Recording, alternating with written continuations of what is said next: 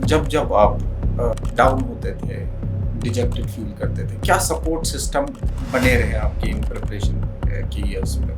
मुझे ये एक बड़ी प्रॉब्लम थी, जब मुझसे कोई पूछता था एग्जाम कैसा हुआ, this would piss me off. सबसे ज्यादा डिफिकल्ट पास नहीं होना। आप दरवाजे पे हो और अंदर नहीं जा पाए। क्या सोचा था, नहीं लौटेंगे। गलत। जब तक तोड़ेंगे नहीं तब तक छोड़ेंगे। आपका बैकग्राउंड बना बनाया था पॉलिटिक्स का, आपका माइंड सिविल सर्विसेज में क्यों गया?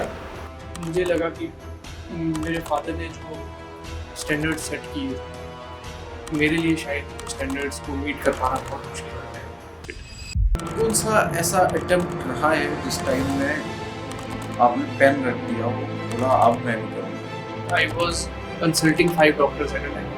मुझे बैक पेन हो रही है, समटाइम्स मुझे ब्रीथिंग इश्यूज हो रहे हैं, समटाइम्स मुझे सर्वाइकल पेन हो रही है, फिर अगले दिन मुझे माइग्रेन अटैक हो रहा है। आपको लगता है कि आपके फादर उनको श्योर था कि आप सेलेक्ट होंगे? जब मेरा केएस हुआ, ही सेड केएस तो नहीं, अभी आपको यूपीएससी की होगा। और मेरे फादर का कहना था कि नहीं, आपको आप सेलेक्टेड हैं already, it's a matter of time.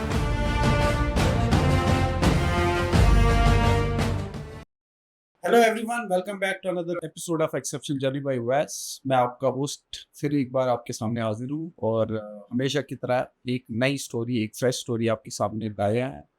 एक ऐसा माइंडसेट एक्स्ट्रा ऑर्डिनरी जिनकी लाइफ रही है, जिनका स्ट्रगल रहा है, फोकस रहा है और किस तरह इन्होंने कंसिस्टेंसी के साथ अपना जो ड्रीम है वो फुलफिल किया है। इन्होंने स्टेट सर्विसेज भी क्वालिफाई किया है, इन्होंने हाल ही में यूपीएससी भी क्वालिफाई किया है, जिनकी मैं बात कर रहा हूँ इजाजुर रहमान साहब। ये बेसिकली पुंछ एक ऐसा डिस्ट्रिक्ट है जम्मू एंड कश्मीर का जो border area, border region Jammu and Kashmir का पाकिस्तान से लगा हुआ डिस्ट्रिक्ट है, को वहाँ के रहने वाले हैं। और मैं सबसे पहले आपका शुक्रिया अदा करना चाहता हूँ कि आपने हमारा इनविटेशन एक्सेप्ट किया और साथ ही मैं आपको मुबारकबाद देना चाहता हूँ। हाल ही आपका यूपीएससी का रिजल्ट क्वालिफाई हुआ है, हमारी शान है आप। और thank you. We all are very proud of you. Thank you for accepting our invitation. Ijaz, आप बेसिकली जो है पुंछ डिस्ट्रिक्ट के रहने वाले हैं और हाल ही में कुछ भी पूछने से पहले मैं आपको पहले भी बता रहा था कि हाल ही में मैंने कुछ सोशल मीडिया कवरेजेस देखी, जिसमें मैंने देखा कि आप अपने होम टाउन गए थे, मेरा ख्याल है 8-10 दिन के रिज़ल्ट के बाद, यूपीएससी के रिज़ल्ट के बाद। और बहुत ओवरवेलमिंग सा मैंने देखा कि क्राउड जमा था और बहुत मुश्किल हो रही थी चलने में, इतना सारा क्राउड वहाँ जमा हुआ था। तो किस तरह का माहौल था और थोड़ा सा हमें बताया किस तरह कि आपके क्या इमोशंस थे उस टाइम? मैं जब सिलेक्शन के बाद पुंछ गया तो वहाँ पे मेरे गांव में, यहाँ मेरे गांव के आसपास के इलाके हैं, मेरे फादर जो कि पॉलिटिशियन, तो वहाँ पे लोगों की मोहब्बतें मेरे फादर के साथ हमेशा से रही हैं और उस वजह से लोग मुझसे भी मोहब्बत करते हैं, हमसे मिलने से। और जब उनको पता चला कि मैं अपने घर की तरफ जा रहा हूँ, तो वो पूरा दिन लोगों की मोहब्बतें हमारे साथ रही और अल्हम्दुलिल्लाह बहुत अच्छी फीलिंग थी। और इसमें ये भी इम्पोर्टेंट एक फैक्चुअल डिटेल ये थी कि I was the first one from tehsil Mandi to qualify PSC civil services examination. Yes. तो दैट इज़ द रीज़न। वो एक अंडर करंट थी कि कोई तो क्वालिफाई करे। और सच बताएं तो मुझे भी क्वालिफाई होने के बाद पता चला कि I am the first one from, क्योंकि इन चीज़ों के बारे में हम सोचते नहीं है जब हम प्रिपेयर करते हैं। तो बाद में जब आउटकम आता है तो उसके साथ भी उसकी बाकी चीज़ डिटेल्स सामने आती। तो it was very overwhelming and I am indebted to the people for the लम। आपने बताया कि आपके father of course well known जो है पॉलिटिशियन जम्मू एंड कश्मीर के, फॉर्मर एमएलए, और इस तरह का बैकग्राउंड आपका है ग्रोइंग स्टेज में। क्या आपको नहीं लगा कि आपको पहले पॉलिटिक्स में जाना चाहिए? एक्सेप्टेड फैक्ट रहता है कि पॉलिटिशियन है तो उसका बेटा भी पॉलिटिक्स में जाए। तो मुझे ऐसा लगा नहीं था। मुझे मुझे ये मेरी एक अंडरस्टैंडिंग थी लाइफ की कि I should focus on what I actually want in life. और अब मुझे फैक्चुअल और जो ऑब्जेक्टिव अंडरस्टैंडिंग है लाइफ को उसके बेसिस पे डिसीजन लेना था, not mainly because my father is a politician I should also follow the path. तो मुझे लगा कि वो मेरे लिए, मैंने जब सब चीज़ें कंपेयर की तो मैंने सिविल सर्विसेज को समझा कि it ticks all the boxes. एक पॉलिटिशियन की स्ट्रगल इतनी होती है कि you sometimes may not succeed at all in your at that career, and sometimes you may succeed at the first go। तो इसलिए मैंने डिसाइड किया कि सिविल सर्विसेज में एक ऐसा प्लेटफॉर्म मिलता है, आप चाहे हज़ारों लोगों की हेल्प भी कर सकते हैं, और सिविल सर्विसेज आपकी ज़िंदगी का पर्सनल लाइफ का ध्यान रखती है। तो ticking all the boxes I decided to at this. But जैसे हम ये बोल रहे हैं कि पॉलिटिक्स, जाहिर है कि पॉलिटिशियन घर में है, वो फादर घर में है, पॉलिटिक्स की बातें हो रही है, इस तरह के माहौल में आप पले बड़े हैं। तो मैं ये जानना चाहूँगा कि आपका जो बेसिक स्कूलिंग है, क्या पुंछ में आपने स्कूलिंग की? पुंछ में मेरी स्कूलिंग, उसके बाद आपने हायर स्टडीज़ के लिए क्या किया, कहाँ गए थे? मेरी पुंछ में स्कूलिंग अप टू 12th मेरी पुंछ रही हुई। उसके बाद मेरी ग्रेजुएशन हुआ, बीटेक भी हुई है बाबा गुनाक्षा बच्चे यूनिवर्सिटी में, राजौरी। रजौरी। हाँ, तो हाँ मैं अफेक्टेड था फैमिली में जो भी हो रहा है वो सबसे मैं तो वाकिफ भी था, और in fact I use to take part in many things, meetings and all. Sometimes I would organise them, I would take part in. So but एक लेट रियलाइजेशन ही सही, बट ट्रू रियलाइजेशन अगर आपकी लाइफ का पोटेंशियल का सही use करना चाहते हैं तो मुझे लगा कि I can use my potential better है। पर किस पॉइंट ऑफ टाइम में आपने डिसाइड किया कि that you should go for civil service? वो एक, जैसा मैंने कहा कि एक लेट रियलाइजेशन था। अप टू ग्रेजुएशन ऐसा था कि मैं बचपन से मेरी एक डिसीजन था मेरा कि मैंने बीटेक ही करना है। I was clear about that. तो मैंने बीटेक किया and enjoyed BTech. I genuinely enjoyed it. It was electronics and communication, और वो एक बडिंग फील्ड। तो मैंने इलेक्ट्रॉनिक्स फील्ड बहुत अच्छे से लैब्स में मैंने एंजॉय किया, टीचर्स के साथ एंजॉय किया, सब्जेक्ट्स एंजॉय किए, digital electronics and all, those are beautiful subjects. तो वो सब मैंने एंजॉय किया, और in my last semester I decided कि now is a time to switch.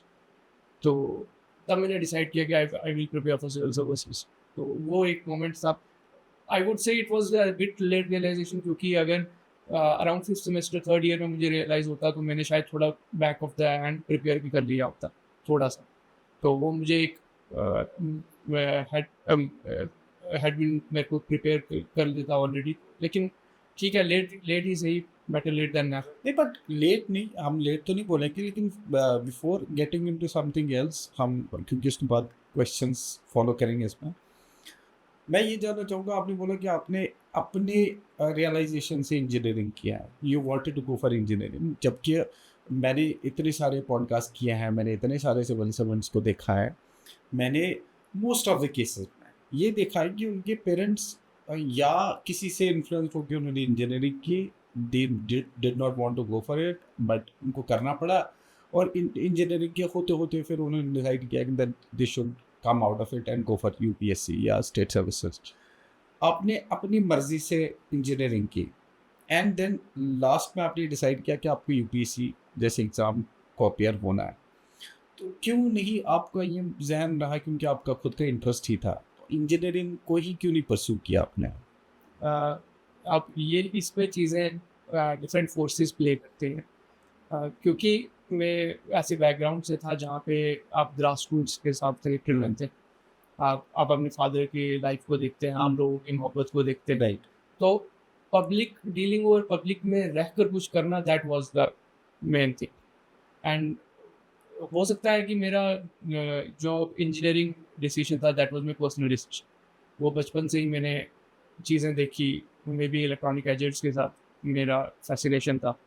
तो लेकिन वो एक लार्जर पार्ट था लाइफ का, जो इसमें आप कह सकते हैं कि सोसाइटी का इन्फ्लुएंस था, वैल्यूज़ सोसाइटी की, मेरे फादर की वैल्यूज़, उनके सेक्रीफाइस की चीज़ें थी। वो सब देख के मैंने डिसाइड किया कि civil services is the thing जहाँ पे मुझे एंटायर लाइफ स्पेंड हुई। इलेक्ट्रॉनिक्स ठीक है, फैसिनेशन था। ग्रेजुएशन में मैंने अपना जो इंटेलेक्चुअल मेरा ग्रीड, वो हंगर थी, वो हंगर मैंने सेटिस्फाई कर ली ड्यूरिंग ग्रेजुएशन। तो फॉर द लॉन्गर रन मैंने सोचा civil services is the place that I want to spend my later part of year. But किस वजह से, अब आप मान लो आपने दुनिया देखी एक्चुअली इन सर्विसेज में। आपने 18-19 से आपने तैयारी करनी शुरू किया है, am I right? राइट 18 से आपने शुरू की और आज 2026 है, तो तकरीबन 8 साल का ये वक्फा आपका रहा है, इतना लंबा जर्नी रहा है। It's not an easy thing. अब काफ़ी सारा स्ट्रगल आपने किया है इसमें, एक एग्ज़ाम दिया फिर दूसरे, बैक टू बैक, कभी रिजल्ट हासिल हुआ भी नहीं। आपका बैकग्राउंड बना बनाया था पॉलिटिक्स का, ऐसा बोलते हैं कि एक स्टेपिंग स्टोन ऑलरेडी आपके पास था, पब्लिक सर्विस ही थी वो भी। आपने डिफरेंट पाथ चूज़ किया है, तो मतलब मैं ये जानना चाहूँ कि आपका माइंड सिविल सर्विसेज में क्यों गया, क्या करने के लिए कि क्योंकि पब्लिक सर्विसेज तो उधर भी है और वहाँ तो ग्रास रूट से, जैसे आपने बोला कि बचपन से आपने देखा, you could have managed it that way, और उसमें मेरा ख्याल है ज़रूर इलेक्टेड रिप्रेजेंटेटिव्स होते हैं, बट उसमें ज़्यादा पोटेंशियल होता है उस उतने टेन्योर के लिए। तो क्या कुछ आपके माइंड में रहा कि आपने सिविल सर्विसेज जैसी ही सर्विसेज चूज़ की, if it was for public services? या इसमें मेरा मुझे लगता है कि आप चीज़ें डिसाइड करते हैं based on what all details you have, what all information. मैंने मैंने फादर की लाइफ को देखा, मैंने ऑब्जेक्टिवली एनालाइज किया एक पॉलिटिशियन की लाइफ। तो मुझे लगा कि मेरे फादर ने जो स्टैंडर्ड सेट किए थे, मेरे लिए शायद वो स्टैंडर्ड्स को मीट कर पाना बहुत मुश्किल है। लाइक जिस तरह की सेक्रीफाइसेस उन्होंने अपनी पर्सनल लाइफ में, उन्होंने पॉलिटिकल पब्लिक लाइफ में दिए, मेरे लिए वो सेक्रीफाइसेस देना शायद शायद डिफिकल्ट रहेगा। तो उसके बाद मैंने ये भी सोचा कि वेल, सिविल सर्विसेज में आप उस पब्लिक को सर्व करते हैं, लेकिन there is an element of authority right from the set go. तो आपके पास एक अथॉरिटी रहती है and there is an element of certainty as well. तो ये चीज़ें no doubt back of the mind एक ऑप्शन, एक बात थी कि I can always go back to that, and you never know life कैसे अनफोल्ड हो 10 years down the line, what am I going to do? So the fields are always open, Right. तो but कुछ ये चीज़ें मैंने objective analysis किया इन चीज़ों का, and the family is always into service of public, and if not me, someone else will surely hold these reins, and inshallah will continue to serve in different fields. I'll serve in one way, my brother might serve in another, that will continue. आपने आपने बोला कि generally हम सबका perception including me एक politician का बहुत different होता है, पावर की वजह से, करप्शन की वजह से, मतलब बहुत नेगेटिवली एक पॉलिटिक्स को और इस एरिना को देखा जाता है। आपने बोला उन्होंने इतने सारे सेक्रीफाइसेस किए हैं कि आपको लगा कि आप उन सेक्रीफाइसेस को मैच नहीं कर पाएंगे। थोड़ा सा बताएंगे, क्योंकि आपकी लाइफ चली है और उस घर में ये बातें हुई हैं, उस घर में आपने सेक्रीफाइसेस देखे हैं, तो I would want audience to know this also कि आपको लगता है कि केक वॉक है एक पॉलिटिशियन की लाइफ?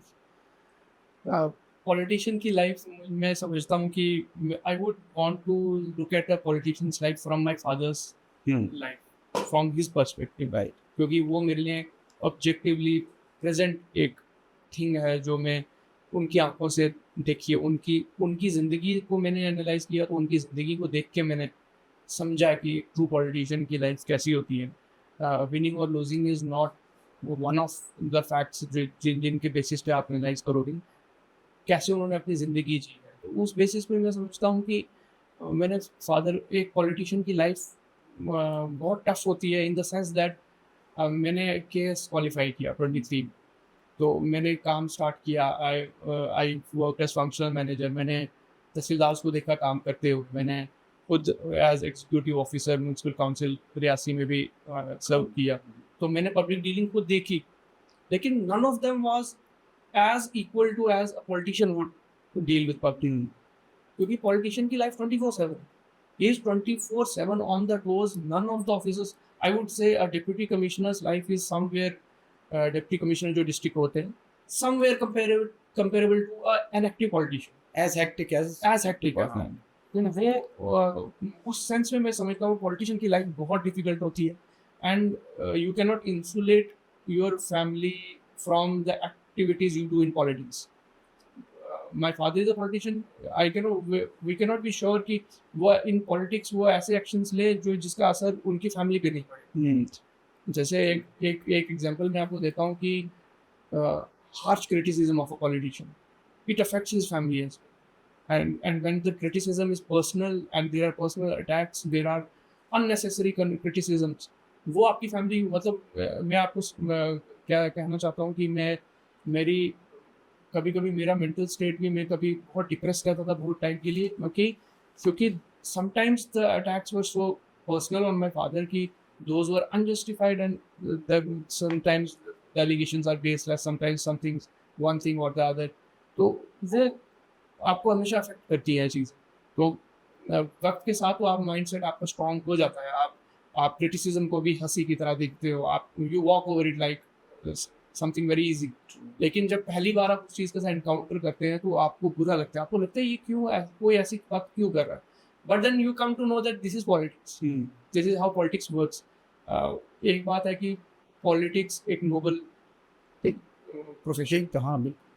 अगर आप इन ट्रूएस्ट सेंस देखो, अगर आप हम प्रॉफिट मोहम्मद सल्लल्लाहु अलैहि वसल्लम की ज़िंदगी देखी तो भी उनकी ज़िंदगी में भी पॉलिटिक्स में तो उन्होंने किस तरह सर्व किया, हमें उनको एक गोल्ड स्टैंडर्ड लेके चले. तो उस तरह से अगर आप देखें तो politics is a noble cause. तो आप फिर रियल लाइफ में आप रियल एक्चुअल लाइफ कॉन्टेक्स्ट में पॉलिटिक्स कैसे अनफोल्ड होती है, that is up to you. That उसमें क्या होता है कि आपको फेलियर भी फेस करना पड़ेगा अगर आप if you walk on the right path. Many of the times you might have to face the failure if you do not compromise on your standards. आपको political life या public life में सब बहुत बार failure भी face करना पड़ता है. But that is what it is. Okay, life difficult होती है एक politician की and it's not at all easy. Not at all easy. और क्योंकि आप बोलेंगे as a son you faced many difficulties, क्योंकि जब हार्श अटैक्स होते हैं ऑफ कोर्स अलग अलग तरीके की सोसाइटी में अलग अलग तरीके के लोग होते हैं. मान लीजिए उन्होंने किसी का काम नहीं कर पाए होंगे, वो अननेसेसरी क्रिटिसिज्म करते हैं, अननेसेसरी हार्श हो जाते हैं. आप पे उसका असर तो ज़रूर था, बट आपने अपने फादर को एज ए पॉलिटिशियन उन चीज़ों को कैसे डील करते देखा और how did that help you in your preparation? मुझे लगता है ज़रूर किया होगा. डेफिनेटली मुझे लगता है मेरी लाइफ जो है वो my life till now has been revolving around analysing my father's life. I sometimes am amazed by how my father conducts and how my father deals with things.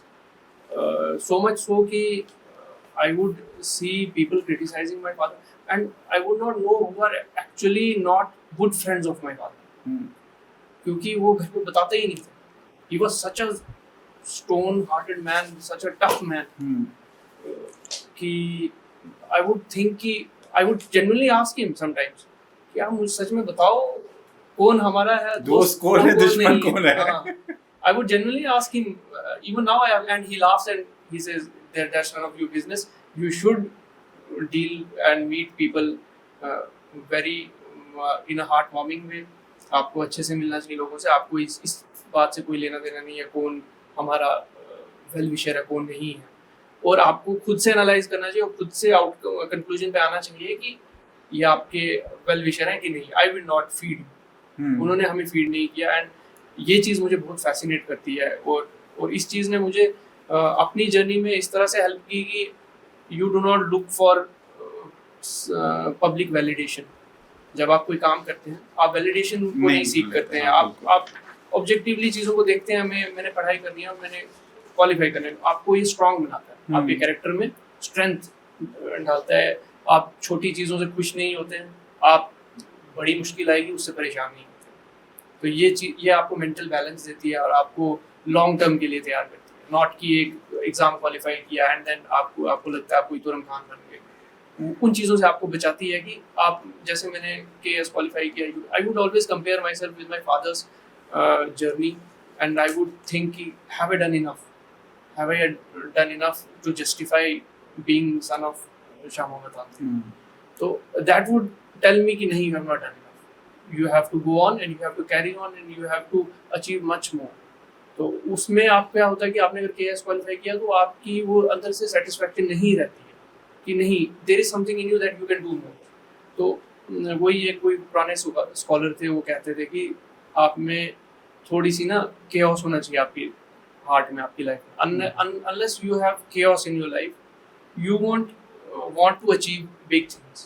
तो थोड़ा सा केओस, थोड़ा सा होना चाहिए जो आपको आपका एनर्जाइजर बने, आपको एनर्जी दे।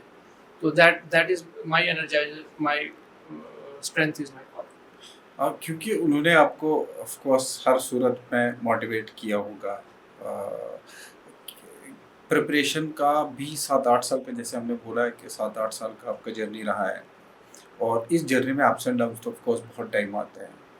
तो मैं before diving into your preparation days, मैं आखिरी एक सवाल उनसे रिलेटेड करना चाहता हूँ कि जब जब जब आप डाउन होते थे, डिजेक्टेड फील करते थे, क्योंकि प्रिपरेशन का तरीका ही यही है कि ये आपको हमेशा आप नहीं रखता, तो किस तरह, क्या सपोर्ट सिस्टम बने रहे आपके इन प्रिपरेशन के ईयर्स में?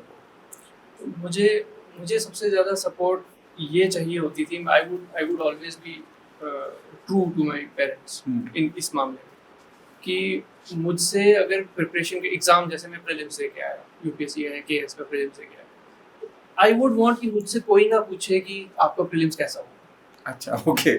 आई want them to remain silent because I was honest with myself. मैंने उनको कन्वे किया था and they knew by my actions that I am honest. तो I would want them to wait for the outcome and मुझे पूछे ना। हाँ, मुझसे पूछे ना कोई। मुझे ये एक बड़ी प्रॉब्लम थी, जब मुझसे कोई पूछता था एग्जाम कैसा हुआ, तो I would this would piss me off. But आप तो नेचुरली ऐसे हैं, मान लीजिए हाँ, ऑब्वियसली ये पेपर नेचुरली दे के आया है, उनको पता है कि इस इंसान ने पूरी मेहनत की, लगन के साथ किया है, हम अपने आप को नहीं रोक पाते, हम फिर भी पूछते हैं कैसा गया पेपर। हाँ, बिल्कुल बिल्कुल। वो आपको डिस्टर्ब करता था? हाँ, दैट वुड डिस्टर्ब मी अगर कोई मुझसे पूछे। तो उन्होंने, एंड आई एम थैंकफुल कि he was least concerned but by what I am doing in the sense that he would never ask me कि एग्जाम कैसा हुआ, he would never ask me पास होगा कि नहीं होगा, you know, पेरेंट्स या कोई क्यूरियस होके पूछता है, and someone from family, कोई ऐसे फैमिली से कोई पूछता तो आपको डर लगता है। हाँ। मैं इसलिए चाहता था कि वो ना पूछे, मैं चाहता था कि वो केयर फ्री रहे। जब वो केयर फ्री रहते थे तो मैं अच्छे से पढ़ पाता। तो उनको ये रियलाइजेशन थी कि आप ऐसे ऐसे हो? हाँ, पता चल गया था उनको ऐसा? बिगनिंग में जब 1-2 प्रीलिम्स में उन्होंने पूछा तो मैंने बोला मत पूछा करो। हाँ। तो उसके बाद they didn't care about it. They wanted कि मैं खुश रहूं, मैं अपनी सेहत का ध्यान रखूं, इस तरह से अपनी sports, he always would push me to play sports always, ताकि मैं फिजिकली एक्टिव हूं। तो इस तरह से उन्होंने मुझे मेरी हमेशा सपोर्ट किया, एंड कभी उन्होंने कोई ऐसा कमेंट नहीं किया कि जिससे मेरा आई वुड बी डिमोटिवेटेड। तो दैट ऑटोमेटिकली मोटिवेट्स यू और आपको हैप्पीली जर्नी पे एक्टिव रखता है, जिस जर्नी पे आप चलते हैं। आपको लगता है कि आपके फादर, आपको ऐसा लगता है कि उनको श्योर था कि आप सेलेक्ट होंगे? He was sure 100%, more than I was sure. He was sure before me. जब मेरा I missed 23 KS 23 में 1 mark, तो he was damn sure कि something has gone wrong, but you are selected in my eyes. मेरे father का कहना था कि मेरी आंखों में आप selected हैं already, it's a matter of time. And जब मेरा KS हुआ, he said KS तो नहीं, अभी आपका UPSC भी होगा। तो इनिशियली क्योंकि जब केएस हुआ तो मैंने I said thank you to God, thank you to Almighty, and I decided to wrap up, honestly speaking. KS के बाद? हाँ। तो but कुछ चीज़ें ऐसी हुई, within a span of 6 months I again began preparation in January. तो वो उसमें फादर का बहुत बड़ा रोल था। Not that he said कि I should prepare. He shared some details with me about my life. कि I got some insight into my eyes, मुझे लगा कि I got an insight into my life, and मुझे लगा कि हाँ, UPSC भी हो सकता है, उतना दूर नहीं है, उतना मुश्किल नहीं जितना मुझे लग रहा है। तो and then you continue. हाँ, कोई ऐसी सिचुएशन जिसमें उनको ये समझ में आए कि कोई ऐसे नहीं करना चाहिए, मतलब आपने उनके खिलाफ कोई चीज़ करी हो, जैसे जी। बचपन से आप ग्रोइंग अप स्टेज में होते हो तो जाहिर है कि हम्म, एक बच्चा हरकतें ऐसी करता है कि माँ बाप को कई बार लगता है कि इसको ऐसा नहीं करना चाहिए। ऐसे कुछ इनकाउंटर्स हुए हैं कि जिसमें और किस तरह समझाते थे वो, क्या अगर आप कुछ गलत करते थे क्या इक्वेशन रहती थी? Equation was very hard for me. वो हमेशा सपोर्ट करते थे और हाँ, समझाते हमेशा थे। हमेशा सपोर्ट करते थे। मतलब अगर मेरी मदर अगर मुझसे नाराज़ हो किसी बात में, तो my father would always stand for me कि नो, अजाज गलत नहीं करेगा, उसको मत बोलो, इवन इफ मैंने कुछ गलत किया है। तो he would always love us. तो वो पर्पसली करते थे, उनको पता होता था आप गलत हो, या उनको जेन्युइनली ये फील होता था ये गलत नहीं होगा? Mix of both. हाँ। जेन्युइन भी था उनके मन में कुछ मेरे लिए कि he can do great things, और अदरवाइज भी वो as to boost me as well कि अगर मैंने इस बार गलती की है, if I take his stand next time he won't repeat it. तो वो मेरे दिल में रहता था कि मेरे फादर मेरी इतनी इज्जत करते हैं, तो मैं ये गलती नहीं कर सकता। तो वो प्रेशर नहीं फील होता था आपको? प्रेशर नहीं, वो मेरे लिए एक गाइड की तरह काम करता था। बट नेचुरली अगर सपोजिटली मेरे फादर मुझे बोले कि ये तो यूपीएससी करेगा, और हर इंसान को बोलेंगे कि ये तो यूपीएससी का मटेरियल ही है, इस पर पूरा भरोसा है, और भले ही मैं होगा, मेहनत भी कर रहा हूँ, लेकिन एक एडेड प्रेशर बिल्ड कर रहे हो वो आपके लिए काम कर गया। हाँ, मैं इन जनरल लाइफ की बात कर रहा था। अगर आप उस तरह से बात करेंगे जब एक्सपेक्टेशंस आप पे होती हैं, that always acts as some sort of pressure for you. लेकिन वो प्रेशर ही कहीं ना कहीं आपको मोटिवेट करता है। अगर आप पे प्रेशर नहीं होगा ना, तो यूपीएससी क्वालिफाई करना is not a easy cup of T, है ना। तो मुझे लगता है कि वो प्रेशर ने हमेशा मोटिवेट किया है मुझे, क्योंकि आई वुड रिमेंबर कि if I look back into my entire journey, मुझे लगता है कि मेरे माय एल्डर ब्रदर तैयब भाई, ही वुड टेल मी तेरा तो हो जाएगा, तेरा तो हो जाएगा, तू तो दिखता तेरा हो जाएगा। एंड आई वुड से डोंट से दिस प्लीज, ये मेरे लिए बहुत हैवी लगता है मुझे। तो लेकिन when I would sit on study table, true, I would read, तो मेरे कान में वो बातें चलती। लेकिन उससे स्ट्रेंथ भी तो आती होगी यार, Exactly, लोगों को मेरे पे भरोसा है, तो exactly. मुझे क्यों नहीं होगा? वो ड्यूअल था कि हाँ। अगर प्रीलिम्स नहीं हुआ वो हैवी लगेगा, अगर प्रीलिम्स हो जाएगा तो आपको लगेगा हाँ मैंने उनकी बात को सच साबित किया, शायद वो सच बोल रहे हैं।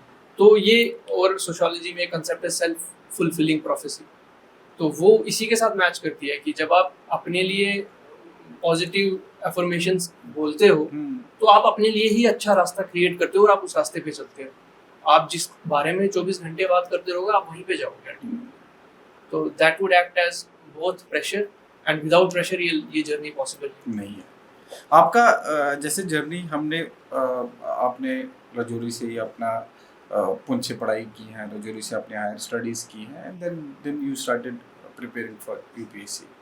18 में आपने 17-18 में आपने किया है, and then you give first attempt in state services. State services में आई 2020 में मैंने, तो जो 18 में फॉर्म जिसके निकले थे 20 बैच। बट ये 6-7 साल क्या रहे आपके?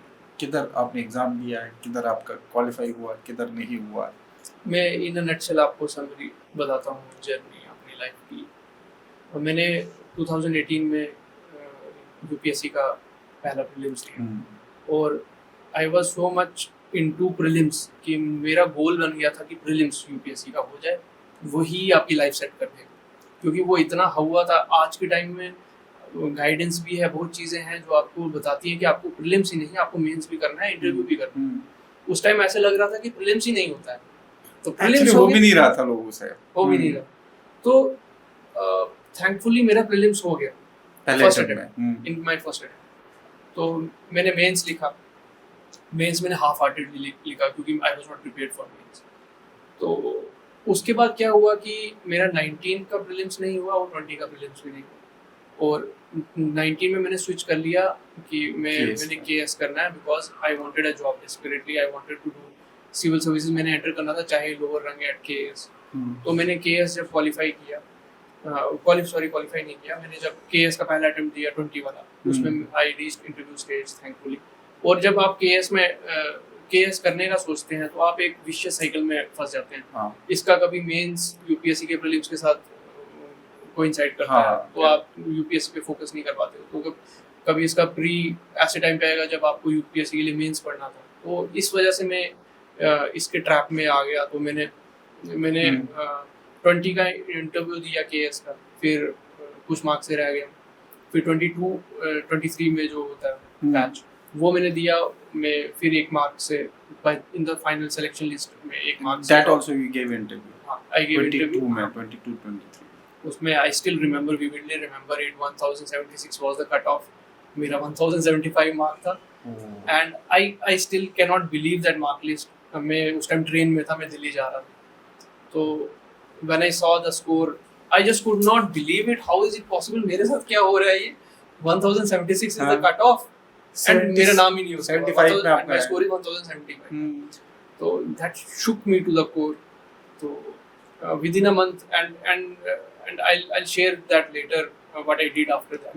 तो मैंने within a month next mains था, 23 में ही मेंस हुआ, 23 में रिजल्ट हुआ, और thankfully I qualified with 55 rank in KS 24 batch है, and I'm still serving in that. and उसके बाद मैंने 6 महीने ब्रेक लिया। उसके बाद मैंने यूपीएससी फिर से प्रिपरेशन स्टार्ट की, and thankfully with the help of my parents, with the support of my district administration Reasi, I would specially mention them, उनकी सपोर्ट की वजह से I could qualify। वो बहुत इम्पोर्टेंट होता है उस स्टेज पे हेल्प करना। Exactly. और उनको तो हमेशा मेंशन करना चाहिए, क्योंकि I have already seen people जो स्टेट सर्विस में क्वालिफाइड थे, और उनको उनके बॉसेस ने उनको अलाउ किया, and then they give exam, and then they qualified UPSC also. But ये जो आपने बोला कि एक मार्क से आपका सबसे डिफिकल्ट इन सर्विसेज में जाना, इस प्रिपरेशन में जाना, सबसे ज़्यादा डिफिकल्ट पास नहीं होना। प्रीलिम्स दिया, प्रीलिम्स नहीं क्वालिफाई हुआ, ठीक है। मेंस दिया, आपको 10 नंबर 50 नंबर 100 नंबर से आप रह जाते हो, ठीक है, मतलब इंसान डील कर लेगा उसके साथ। आप दरवाजे पे हो और अंदर नहीं जा पाए, और उस ट्रेन के सफ़र का थोड़ा सा हाल हमें बताए कि वो जो एक नंबर से, मुझे आई कैन नॉट इमेजिन कि क्या किस चीज़ से आप गुजरे होंगे उस रात, अगर ये रात का सफ़र होगा, तो वो थोड़ा सा हमें बताओ आप। असल में हाँ, वो रात का ही सफ़र था, और वो एक ट्रॉमा है जो मैं नहीं भूल पा रहा अभी। उस रात को मैं, अगर जिन्होंने वो इंटरव्यू दिया होगा उनको याद होगा कि वो रिजल्ट थोड़ा लेट आया, आफ्टर 9:30, अराउंड 10। हाँ, लेट आया। तो I was sleeping and somebody called me and said result आ गया। आई कुड नॉट बिलीव इतना लेट क्यों रिजल्ट आया। तो एंड आई सॉ शांति है आसपास, कोई मैसेज नहीं आया मुझे, कोई कॉल नहीं आया, कोई कंग्रेचुलेटरी नोट नहीं आया। I sense something is wrong. तो मैंने जब देखा, मैंने वहाँ 2 एनेक्चर्स आते हैं, एनेक्चर ए एंड बी। तो ए में मैंने नहीं देखा, मैंने बी में डायरेक्ट गया। I saw cut off was 1076 and I was looking down, and फिर मैं ऊपर वापस लिस्ट में देखा तो 1075 is my score. I just could not believe it for 5 minutes. I could not believe it. मेरे साथ इतना गलत तो नहीं होना चाहिए था, या तो मैं 20 नंबर से रह गया होता, या मेरा क्वालिफाई हो गया होता। बट वो जो बीच में मैं 1 नंबर से रह गया, तो वो दैट वाज वेरी, क्या बोलूँ मैं, I have no words for that feeling. और मुसीबत ये है कि उस टाइम किसी को हाल सुनाने का बंदा भी कोई नहीं। हाँ, my parents were devastated, my father was devastated, and I feel so bad about that day. That should not have happened in the first place. But ठीक है, वो रात निकली anyhow। मेरे my parents well wishers, I have a lot of well wishers, जैसे कि आपने कहा, वीडियो में देखा भी होगा, and they were sad about it, and because they knew कि I deserved it। तो somehow नहीं हुआ, but the good thing was कि मैं दिल्ली जा रहा था, और दिल्ली में मुझ जैसे बहुत थे जो फेल हो गए। वहाँ दिलासा देने वाले बहुत थे। मेरे फ्रेंड्स थे जो हमदर्द स्टडी सर्कल में थे, तो रोने वाले बहुत थे। तो वो रोना बहुत बार हंसी में कन्वर्ट हो जाता। तो सपोर्ट सिस्टम था, एक दूसरे को देख के हमने सर्वाइव किए वो दिन। और one important thing I would want everyone to learn from me in this frame was कि मैंने एक रियलिस्टिक अंडरस्टैंडिंग डेवलप की थी अपनी। वो क्या था कि मेरा ऑप्शन सोशियोलॉजी था, and there was some bias in the evaluators with respect to sociology. वो मतलब I would write my best, they would still not give a score. तो हमने फिर चलो जो भी किया उस बारे में हमने वो बाद में if that comes to the discussion we will discuss about that. मैं मुझे पता था I have given my best, I would get evaluated my answers from the best people, and they would say you are writing good and at least you deserved selection.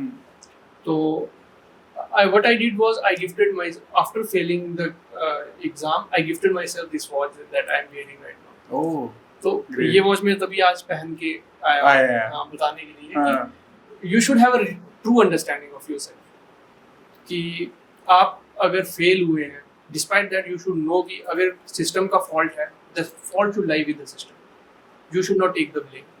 तो मैं परेशान रहा वो एक महीना बहुत मुश्किल था क्योंकि 19 जनवरी को रिजल्ट आया था, 19 फेब को नेक्स्ट मेंस था। तो I would cry, I would weep, I would prepare, सब कुछ साथ साथ में चल रहा था। तो अगला मेंस भी दिया तो अल्हम्दुलिल्लाह फिर अगले मेंस में।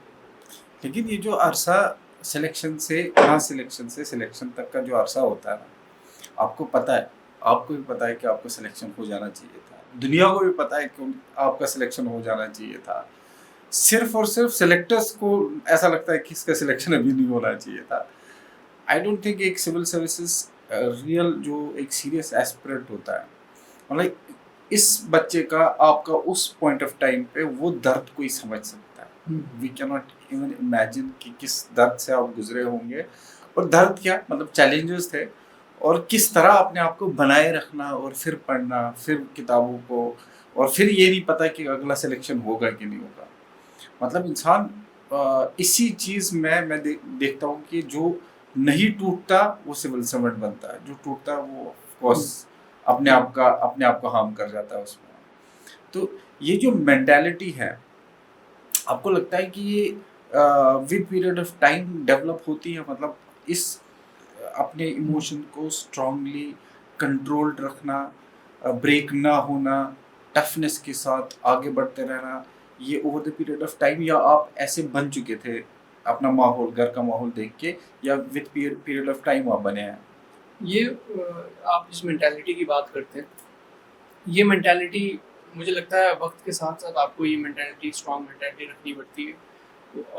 ऑफ कोर्स मेरी फैमिली का रोल था कि मेरे फादर की लाइफ जर्नी जो थी, I would always take motivation from that. He is a true example of what a self confident man should do and what he is capable of doing. At a time when everybody would say you cannot do this, my father would say I can do this and I'll do that, and he would do that, he would achieve those things. तो ये मुझे लगता है मैंने उनसे सीखी थी। और आप वैसे भी एथिक्स में पढ़ते हैं, फिर आप वॉरियर्स पिछले जितनी भी हिस्ट्री रही आप वॉरियर्स को पढ़ते हैं, आप महात्मा गांधी को देखते हैं, अब प्रॉफिट मोहम्मद सल्लल्लाहु अलैहि वसल्लम की life journey in truest sense अगर आप उसको समझते हैं, इमाम हुसैन की लाइफ को आप देखते हैं, तो आप इन चीज़ों को देखते हैं तो आपको समझ में आती है कि the bare minimum right now we can do is to read books. ये आपको बहुत छोटा लगता है कि जब आप देखते हैं कि लोगों ने कितना सेक्रीफाइस किया अपनी लाइफ में, और हम उनकी लाइफ जर्नी पढ़ना भी नहीं चाहते। अगर आप कोई बुक पढ़ रहे हैं, आप उन्हीं की लाइफ जर्नी पढ़ रहे हैं। हम अगर पॉलिटी क्या है, वो the way our countries run, अगर हम वही पढ़ने में हिचकिचाएंगे, डरेंगे, तो फिर what meaning does our life carry? That carries no weight. अगर आप पॉलिटी नहीं पढ़ना चाहते, आप इकोनॉमिक्स नहीं पढ़ना चाहते हैं, something, these are the things that affect you every day. तो अगर आप ये चीज़ें नहीं पढ़ना चाहते, आई रिमेंबर, क्योंकि मेंटालिटी सबकी एक जैसी स्ट्रॉन्ग नहीं होती। आई रिमेंबर जब मैं कोचिंग डेज में एक स्टेयर्स पे एक लड़की बैठी थी और वो रो रही थी, and we were there sitting around her, and हमने उससे पूछा कि क्यों रो रही हो, हुआ क्या? And she was crying. वो कह रही थी कि मुझे लक्ष्मीकांत, पॉलिटी लक्ष्मीकांत की बुक जो है, मुझे उसकी एक भी पेज समझ नहीं आता है। तो and she was trembling with fear कि मैं क्या करूँ, and she finally decided to quit and she could not prepare. अच्छा, ओके। तो हर किसी का माइंडसेट एक जैसा नहीं होता है, एंड हमें ये समझना बहुत ज़रूरी है कि एक इवैल्यूएटर या life as an evaluator, life is an evaluator in itself. तो लाइफ में अगर आपको सक्सीड करना है, there is only one way, you work hard, as simple as that. If you want something actually in truest sense, you will have to work hard for it. You work hard, you achieve it. You do not work hard, you do not achieve it. There is no gray scale here. It's either black or white. उस बच्चे का भी यही, उस लड़की का भी यही था कि अगर उस दिन उसने डिसाइड किया होता और ट्राई किया होता, कोशिश करने वालों की हार नहीं होती, और अगर उसने किया होता तो story would have been different. But एक चीज अच्छी भी उसके बारे में मुझे ये लगी कि उसने जल्दी डिसाइड कर लिया कि I will not do this. Either कोई टाइम जाया नहीं किया. बिल्कुल. She might have excelled in something else in her life.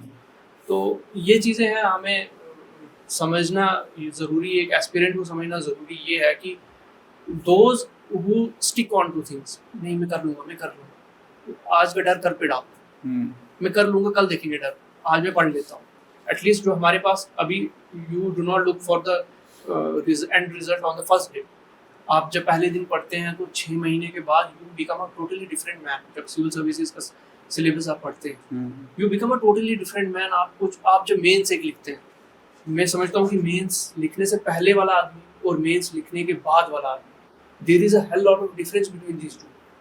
वो मेंस का प्रोसेस आपको इतना मैच्योर बना देता है.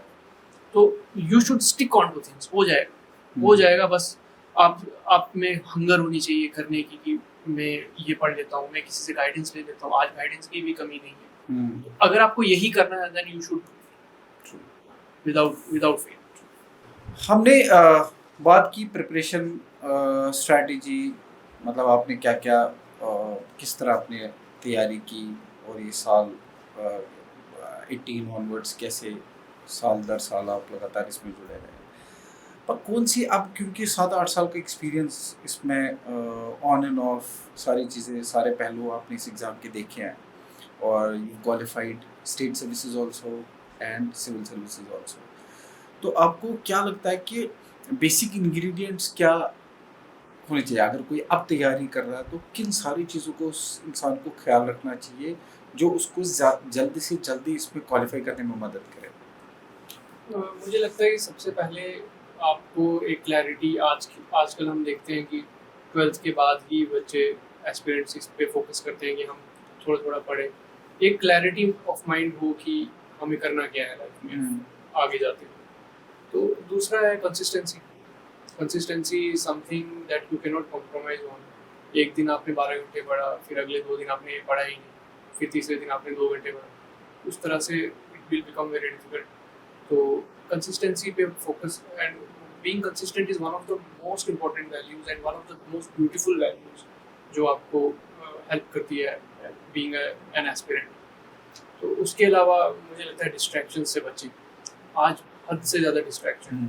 अगर जब मैंने स्टार्ट की थी प्रिपरेशन, तब डिस्ट्रैक्शन कुछ चीज़ों की थी. आज वो बहुत ज़्यादा एक्सपैंड हो चुकी है, अननेसेसरी. आजकल हम देखते हैं कि बच्चे पढ़ भी रहे हैं और उसके साथ में रील भी बना रहे हैं कि हम what is my 24 hour schedule of an aspirant. तो वो चीज़ें सोशल मीडिया से जितना बच सके. मैंने खुद इंस्टा अकाउंट खोला after I qualified KS. I was not on Instagram. तो ये चीज़ें, ये सोशल, और उसके बाद भी you should have self control of an amount कि आप मैंने जब केएस क्वालिफाई किया, 6 महीने मैंने इंस्टा यूज़ किया, सब एंजॉय किया. एंड मैंने अगेन प्रिपरेशन फॉर यूपीएससी, मैंने फिर से अकाउंट, मैंने इंस्टा ही डिलीट कर दिया फ़ोन से. तो फिर वो क्वालिफाई हुआ, यूपीएससी फिर से ओपन कर लिया. तो ये कंट्रोल होना चाहिए. A major of control should be there in an aspirant कि वो क्वालिफाई कर सके और ये सब चीज़ों का ख्याल रखें. तो आप ये बोल रहे हैं कि आप मतलब कंसिस्टेंट होना चाहिए, डिस्ट्रैक्शन से बचना चाहिए, और डिसिप्लिन्ड होना चाहिए. मतलब कौन सी ऐसी चीज़ें हैं जो आपको इस प्रिपरेशन में हेल्प की? मैं बेसिकली जानना चाहता हूँ कि सपोर्ट सिस्टम क्या रहा है आपका थ्रू आउट इस जर्नी में, क्योंकि support system is a very major and important thing जो आपके साथ होना चाहिए. तो क्या क्या सपोर्ट सिस्टम आपको लग रहा है कि थ्रू आउट जर्नी आपके साथ रहा है, जिसने आपको मोटिवेट किया और जहाँ जहाँ आपको ज़रूरत थी वहाँ आपके साथ खड़े रहे? सपोर्ट तो फैमिली का सपोर्ट 100%, विदाउट डाउट और without any element of doubt family आपके साथ खड़ी रहती है. तो वो सपोर्ट आपके साथ अगर रहता है, जैसे मेरे पेरेंट्स ने मुझे सपोर्ट किया, and they were 100% sure about it कि आप आपका काम पढ़ना है, बाकी आपको किसी चीज़ की फ़िक्र नहीं करनी है। तो फाइनेंशियली इट इज़ हैवी। आप इतने साल प्रिपेयर करते हैं तो कोई सपोर्ट करने के लिए होना चाहिए। ऐसा नहीं है कि इसका फाइनेंशियल टोल नहीं है, इसका इट्स फाइनेंशियली वेरी डिफ़िकल्ट। अगर आप इसको नहीं ले सकते हैं, आप चीज़ जो स्पेंडिंग होती है बहुत चीज़ों पे, एक्सपेंडिचर चीज़ों का है, बुक्स का है, रहने सहने का है। अगर आप दिल्ली जा रहे हैं वहाँ पे अलग है, अगर घर पे पढ़ रहे हैं वहाँ पे अलग है। तो इन चीज़ों को अफोर्ड कर पाना भी कभी कभी चैलेंजिंग है। आजकल तो चलो रेजिडेंशियल कोचिंग अकेडमीज हैं, they make it a bit easy, और आप घर पे भी पढ़ सकते हैं। वो उतना मुश्किल नहीं है क्योंकि ऑनलाइन अवेलेबल है चीज़ें। मैंने यूपीएससी रियासी में बैठ के क्वालिफाई किया आफ्टर, क्योंकि मैं फील्ड प्लेस ऑफ पोस्टिंग पे आपको पढ़ना है। तो इस तरह से ये सपोर्ट तो बहुत इंपॉर्टेंट है। सपोर्ट के बिना मुश्किल हो जाती है, नॉट इम्पॉसिबल, मुश्किल हो जाती है चीज़ें। तो ये फैमिली का सपोर्ट। अदर इन उसके अलावा आपकी एक चीज़ मुझे याद आती है कि आपका फ्रेंड सर्कल एम्बिशियस होना चाहिए। यू शुड बी एम्बिशियस कि मुझे वो करना है। तो ये हंगर होनी चाहिए आपके अंदर। आपके अंदर अगर हंगर ही नहीं है तो थिंग्स बिकम डिफ़िकल्ट। क्योंकि आप एग्जांपल देता हूँ आपको कि ज्योग्राफी एक सब्जेक्ट है, आपने थोड़ा सा पढ़ा, आपको एल नीनो समझ नहीं आया, तो आपके अगर हंगर नहीं है, आप उसको स्किप कर दोगे, आप बोलोगे मैं कुछ और पढ़ लेता हूँ। अगर आपके अंदर हंगर है ना, आप फिर उसको फिर पूरा डिटेल में गूगल पे, चैट जीपीटी पे, यहाँ वहाँ क्लास नोट्स पे देखोगे क्या है, क्या भाई है नहीं, आप उसको समझोगे। तो वो हंगर आपको चलाती रहती है कि आप इसको कैरी फॉरवर्ड करिए, आप रिसर्च करिए, खुद से पढ़िए। तो अगर आप एम्बिशियस नहीं, आपका इसके बाद फ्रेंड सर्कल बहुत मैटर करता है। आपका फ्रेंड सर्कल में मुझे याद है कि जब मैं कोविड में वापस आया जम्मू, तो यहाँ पे मेरा कुछ ऐसे फ्रेंड्स के साथ लेना देना हुआ, उठना बैठना हुआ लाइब्रेरी में, जो बिल्कुल एम्बिशियस नहीं थे, जिनका ये सोचना था कि कोई भी कर लो यार, कोई नौकरी मिल जाए, उसके बाद हम केएस करेंगे, वो करेंगे। नॉट दैट कि कोई नौकरी छोटी है बड़ी है, but the fact that you have prepared for something. आपने किसी चीज़ के लिए हार्डवर्क पुट इन किया है, और आप उसके बाद आप अपने आप को ही धोखा दे रहे हैं कि वो आप अगर अपने पोटेंशियल को जस्टिफाई ना करें। तो मुझे मेरा बैठना ऐसे लोगों के साथ हुआ, मैंने केएस के लिए पढ़ना छोड़ दिया 2-3 महीने में, कुछ और के लिए पढ़ने लगा। आई would not name those exams. तो मुझे 2 महीने बाद रियलाइज हुआ मैं अपने आप के साथ इनजस्टिस कर रहा हूँ। तो friend circle should be ambitious. फिर मैं वापस उन दोस्तों के कांटेक्ट में आया जो those who dream high. Unless you dream big, बड़ा ड्रीम करेंगे कुछ छोटा अचीव कर लेंगे, छोटा ड्रीम करेंगे फिर तो आप रेस से बाहर जाएंगे। तो dreaming big and working on that, not only dreaming big and then working on that, ये चीज़ें मैटर करती हैं। आप जैसे लोग, मतलब मैंने देखा भी है कि जो एक सीरियस एस्पिरेंट होता है वो अपनी हेल्थ कॉम्प्रोमाइज़ कर जाता है। मतलब पढ़ाई में इतना ज़्यादा डीप चला जाता है कि पढ़ाई से निकलता ही नहीं है और अपनी हेल्थ को डिटोरिएट करता है, ख़राब करता है। तो आपने अपनी प्रिपरेशन का टाइम जो है किस तरह बैलेंस किया, हेल्थ वाइज भी और पढ़ाई वाइज भी? हेल्थ को लेके मेरा ट्रैक रिकॉर्ड बहुत गड़बड़ रहा, खराब रहा है। इन 5-6-7 सालों में। मेरा जो एक बॉडी का, इंसान का बैलेंस होता है, बॉडी का हेल्थ का बैलेंस होता है, जब वो बैलेंस अगर बिगड़ गया तो then you fall off track. तो इसमें मैंने जब प्रिपरेशन स्टार्ट की तो ग्रेजुअली मुझे हेल्थ इश्यूज होने लगे थे। There was a time, peak of it, at the peak of it I was consulting 5 doctors at a time. तो वो बड़ा फ्रस्ट्रेटिंग हो गया था। It was around 2021-22। So I was visiting different doctors. I have a friend Azhar, so he would accompany me to different doctors. He would come with me. I would consult. Sometimes मुझे back pain हो रही है, sometimes मुझे breathing issues हो रहे हैं, sometimes मुझे cervical pain हो रही है, फिर अगले दिन मुझे माइग्रेन अटैक हो रहा है। तो इतनी चीज़ें मेरे साथ एट द सेम टाइम हो गई थी। तो आई वुड से कि अपनी सेहत का ख्याल रखना मोर इम्पॉर्टेंट है। आप दिन में 10-15 मिनट निकाल के एक्सरसाइज कर ले रहे हैं, वॉक कर रहे हैं या कोई स्पोर्ट्स खेल रहे हैं, दैट्स मोर इम्पॉर्टेंट। क्योंकि लॉन्ग रन में इसका बहुत पॉजिटिव इफेक्ट होता है अगर आप अपनी सेहत का ख्याल रखते हैं। तो मेरे साथ ये चीज़ें हुई और and then I would also share कि मेरी 2 सर्जरीज हुई इसी बीच, ओह, 2 सर्जरीज बिटवीन 2020 एंड 2025। तो I had to go through all this, but वही है कि आप, मुझे ऐसा लगता है कि मेरे स्टार्स इस तरह से मिसअलाइंड थे, आई वुड से not aligned, they were misaligned in the sense कि जो एस्पिरेंट के साथ बुरा हो सकता है वो सब हुआ। वो सब मेरे साथ हुआ। तो I am the flag bearer of कि आपके साथ जो बुरा हो सकता है वो अजाज के साथ हुआ है। तो I would not demotivate, I would want people to take inspiration in a sense कि इतना बुरा होने के बाद भी कुछ अच्छा होता है, और जिसके साथ ये बुरा नहीं हो रहा है उसको तो ये समझना चाहिए कि I can do better than Ajaz has done. तो इस सेंस में they should take inspiration, not कि वो डिमोटिवेट हो जाए। इससे बुरा क्या होगा किसी के साथ कि उसके साथ 2 सर्जरीज उसकी हो गई, one was major one was minor, फिर उसके बाद वो हेल्थ इश्यूज की बिगड़ गई, उसकी बहुत प्रॉब्लम्स बहुत हुई। आई वाज कंसल्टिंग, मुझे डॉक्टर्स की प्रिस्क्रिप्शन मैनेज करना प्रॉब्लम हो गया था मेरे लिए, because I was consulting so many doctors. 4-5 का इश्यूज ही 4-5 थे, जैसे बैक पेन अलग से हो रहा है, सर्वाइकल अलग से हो रहा है, हेल्थ डाइजेस्टिव सिस्टम, उसके लिए आप किसी अलग डॉक्टर को जा रहे हो, ये ब्रीथिंग इश्यूज के लिए किसी और के पास जा रहे हो, तो ये चीज़ें थी।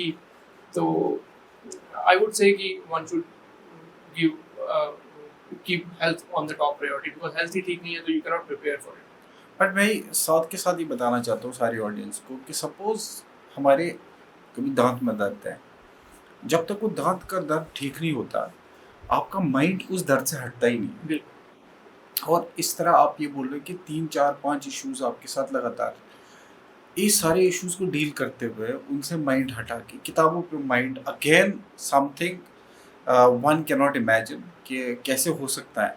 और अगर इन्होंने किया है तो किसी के पास कोई एक्सक्यूज नहीं होना चाहिए ना करने का। That should be the message कि इतना सारा हेल्थ का इश्यूज होने के बावजूद भी आपको पता चलता है कि आपका रिजल्ट आया और रिजल्ट में 1 नंबर से आप रह जाते हो। उसके बाद आप जर्नी में दिल्ली चले जाते हो, दिल्ली में वापस अपनी जर्नी शुरू करते हो और वापस उसके बाद स्टेट सर्विसेज क्वालिफाई करते हो, यूपीएससी क्वालिफाई करते हो। आई डोंट थिंक आप लोगों को इससे ज़्यादा कुछ और चीज़ चाहिए होगी समझने के लिए कि ये हाईएस्ट लेवल ऑफ मोटिवेशन ही आपको आगे बढ़ाएगा। और जहाँ मैं बात कर रहा हूँ मोटिवेशन की, तो आपको लगता है कि इस एग्ज़ाम को अचीव करने के लिए आपको मोटिवेशन की ज़रूरत होती है? मोटिवेशन, मुझे लगता है ज़रूरत है मोटिवेशन की, बट इट इज़ टुडे, आज के माहौल में मैं कहूँगा इट इज़ ओवररेटेड मोटिवेशन। क्यों? क्योंकि आप 2 दिन के लिए मोटिवेट होते हैं, अगर आप सोर्स ऑफ मोटिवेशन मैटर करती है actually, if it is an external source of motivation तो फिर you are going on a wrong path. आप 2 दिन मोटिवेट होंगे, तीसरे दिन आप फिर से लेजी लाइफ परस्यू करेंगे। तो अगर इंटरनल सोर्स ऑफ मोटिवेशन है, आप इंटरनली इंस्पायर्ड है अपनी लाइफ से, अपने पेरेंट्स की लाइफ से, या someone you are inspired by MS Dhoni, his life journey, maybe Virat Kohli, someone, anyone, तो अगर आपका सोर्स ऑफ मोटिवेशन इंटरनल है तो that's good and it will keep you consistent. तो लेकिन कभी कभार एक एक्सटर्नल डोज ऑफ मोटिवेशन काम कर जाता है। जैसे कि मेरे पास एक वीडियो थी, वो मैंने हमेशा अपने फ़ोन में रखी है, वो जो मांझी मूवी है, मांझी द माउंटेन मैन, उसमें नवाजुद्दीन सिद्दीकी का रोल है। वो एक दिन पहाड़ों से पत्थर तोड़ रहा होता है, वो रोड बनाता है। If you know what Manjhi did, वो पहाड़ को काट के उसने रोड बनाई थी। तो वो पत्थर तोड़ रहा था, तो तंग आ गया, थक गया, थक हार के बैठा नीचे धूप में। तो उसने पत्थरों से बात करते हुए कहा, एक दिन रात को थक हार के सोया, सुबह फिर से गया। He was consistent actually. तो पत्थरों से बात करते हुए वो कहता है, क्या सोचा था, नहीं लौटेंगे, गलत, जब तक तोड़ेंगे नहीं तब तक छोड़ेंगे नहीं। तो वो पत्थरों से बोल रहा था। तो वो उसका एटीट्यूड वो था पत्थरों को लेके, जब तक तोड़ेंगे नहीं तब तक छोड़ेंगे नहीं। तो वही था, एक पेज पे वो लिखा था, as soon as the exam notification of UPSC comes out, the aspirant does this। तो नीचे फिर मांझी की वो वीडियो है। क्या सोचा था, नहीं तोड़ेंगे, तो ये एक्सटर्नल डोज ऑफ मोटिवेशन था मेरे लिए। तो हर किसी का अपना एक कुछ नमूना होता है, किसने रखा होता है अपने पास।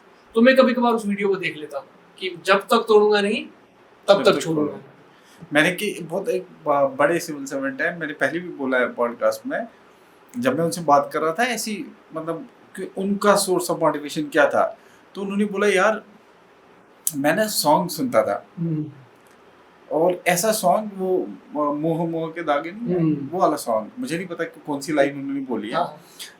और जब भी मैं डिमोटिवेट होता था, वो क्या था, मुझे भी नहीं आइडिया कि क्यों मुझे इससे क्या मोटिवेशन मिलता था, मैं लूप में चलाता था उसको, और जब तक मैं धीरे धीरे धीरे धीरे वापस एक एज पे आ जाता था और फिर चला जाता था, कहता मुझे नहीं idea, but that song give me enough motivation कि मैं लगातार करता रहा, और वो बेस्ट ऑफ द रैंक्स में फिर क्वालिफाई किया उन्होंने स्टेट पे, ये यूपीएससी।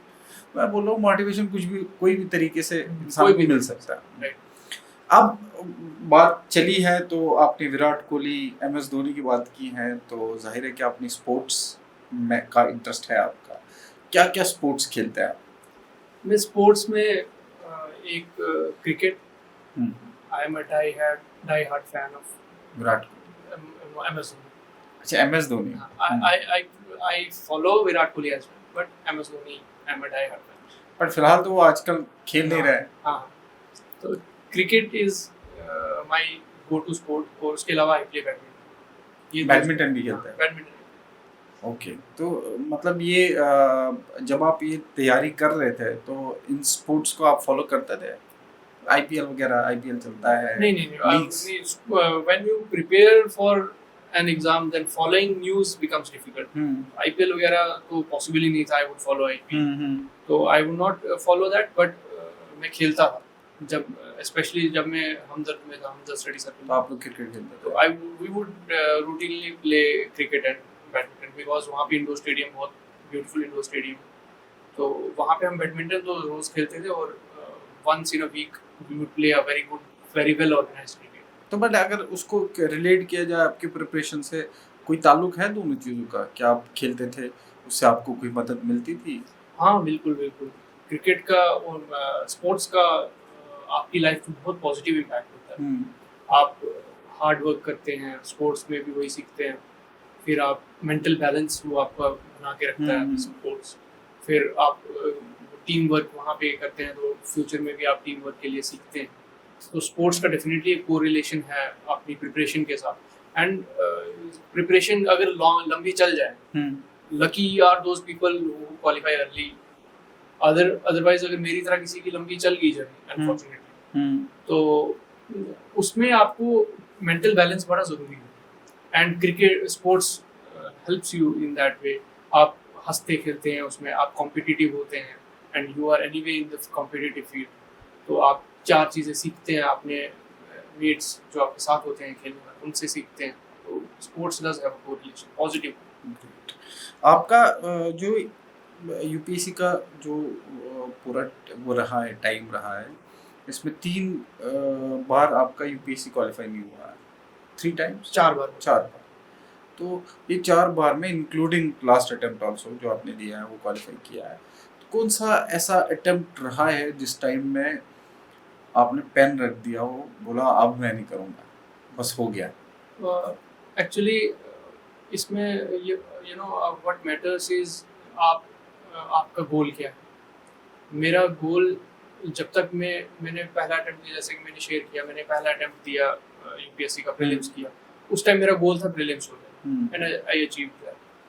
फिर उसके बाद मेरा गोल शिफ्ट हो गया, मेरा केएस हो गया, आई क्वालिफाइड केएस, बट जब मेरा लास्ट में केएस नहीं हो रहा था and I missed it by 1 mark, तो तब मैंने डिसाइड किया था this is going to be my last KS attempt, I will not give KS, इसके बाद I will shift to UPSC. तो because I had clarity in mind कि मेरा UPSC will respect my what I write, even if the evaluators here do not respect my sociology answers, UPSC will respect my answers. तो मैंने KS में सोचा था 23, जिसमें मेरा केएस हो गया, that was going to be my last attempt, and in fact I spoke to so one of the sociology faculty, and he guided me very well after that. I spoke to him and I told him this is my last sociology last KS attempt, and he also said okay you should give it as a last major and after that you should switch to UPS. वो मेरा last था कि अब मैं KS नहीं दूंगा, I was done with it. तो thankfully last में क्वालिफाई हो गया, otherwise I would not have given. आपका मतलब आपने सारी जर्नी में दोनों एग्जाम्स क्वालिफाई कर लिया है, IAS और KS दोनों एस्पिरेंट्स के लिए एक कि हमें आपका एक दिन का रूटीन जानना है कि आपका एक नॉर्मल डे जिस दिन आप उठे, पढ़ना शुरू किया और लास्ट में पढ़ के सो गए, ये कैसा रहता था आपका दिन? कब उठते थे और कब सोते थे? मैं आपको आइडियल एक रूटीन बताता हूँ. आइडियली मैं क्या करता. Ideally I would wake up around 6 to 7, sometimes 7 to 8, sometimes 8 to 9. ये शिफ्ट होता रहता था. ठीक है. तो आप ब्रेकफास्ट करते हैं, आप 5-10 मिनट का एक ब्रेक लेते हैं स्टार्टिंग में प्रिपरेशन से पहले, फिर आप अप टू लंच पढ़ते हैं, समटाइम्स अप टू 11 AM आप पढ़ते हैं, फिर उसके बाद छोटा सा टी ब्रेक लेते हैं 11 बजे, फिर उसके बाद अप टू लंच 11:30 से 1 बजे तक या 1:30 बजे तक, what ever your time of lunch is.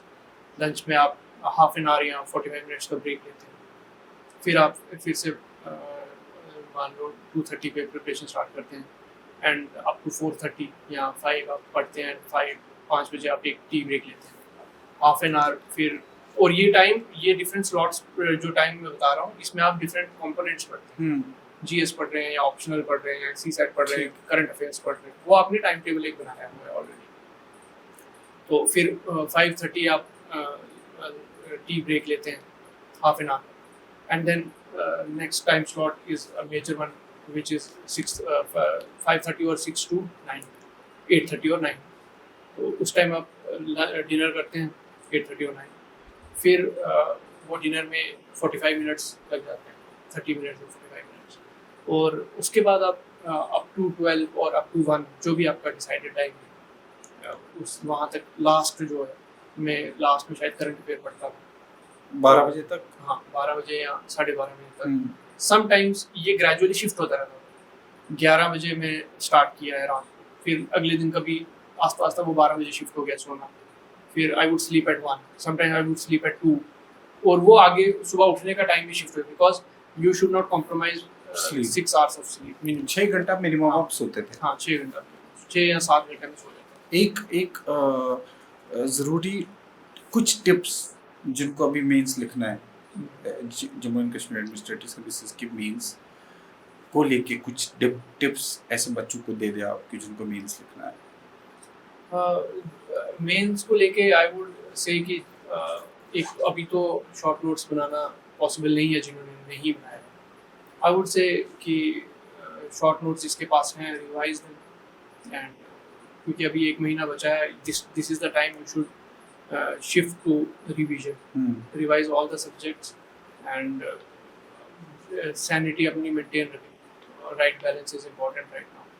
और उसके अलावा current affairs लास्ट 3 महीने का becomes very crucial, especially when it comes to state services. तो लास्ट 3 महीने से बहुत questions आते हैं केस में. हाँ, तो लास्ट 3-4 महीने का current affair becomes very crucial. और revision becomes आंसर राइटिंग इस time I would say full length papers देना बेटर है इस टाइम रादर देन कुछ questions. And content retention becomes important. You retain content, you try to replicate that on an answer sheet. और topper copies को इस time refer करें, क्योंकि वो topper copies ready made answers हैं, उनको रेफर करें इस टाइम, लास्ट मोमेंट पे देख लें और एंड में फिर नोट्स रिवाइज करें. ठीक है. एक जो, क्योंकि आपका सोशियोलॉजी एज ऑप्शनल रहा है, मैं ये चाहता हूँ कि सोशियोलॉजी, हम ये नहीं कह रहे कि सोशियोलॉजी क्यों लेना चाहिए इंसान को, सॉरी कौन सा ऑप्शनल लेना चाहिए, सोशियोलॉजी क्यों लेना चाहिए, और जो सोशियोलॉजी चूज़ करता है उनके लिए टिप्स. मतलब इट्स वेरी इंपॉर्टेंट कि एक सब्जेक्ट आपको वाइजली चूज़ करना चाहिए. बट सपोज किसी ने चूज़ करना है सोशियोलॉजी, वो सोचता है उसको क्यों करना चाहिए, और उसके लिए कुछ ऐसी ज़रूरी टिप्स, क्योंकि अच्छा खासा अरसा आपने इस ऑप्शनल को दिया है और अप्स एंड डाउन्स इस ऑप्शनल को लेके आपने देखे हुए ऑलरेडी. तो सोशियोलॉजी के लिए क्यों उसको चूज करना चाहिए, और दूसरा ये है कि उसके लिए खास कोई ऐसी टिप्स जो उनको हेल्प करे? Sociology, answering the first question कि क्यों चूज करना चाहिए, I chose it because, see, everything is correlated in my life.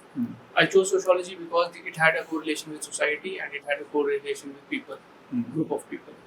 तो सोसाइटी के साथ मैंने काम करना था फ्यूचर में, तो मुझे लगा इसका बेस्ट कोरिलेशन इज सोशियोलॉजी, तो that's why I chose it.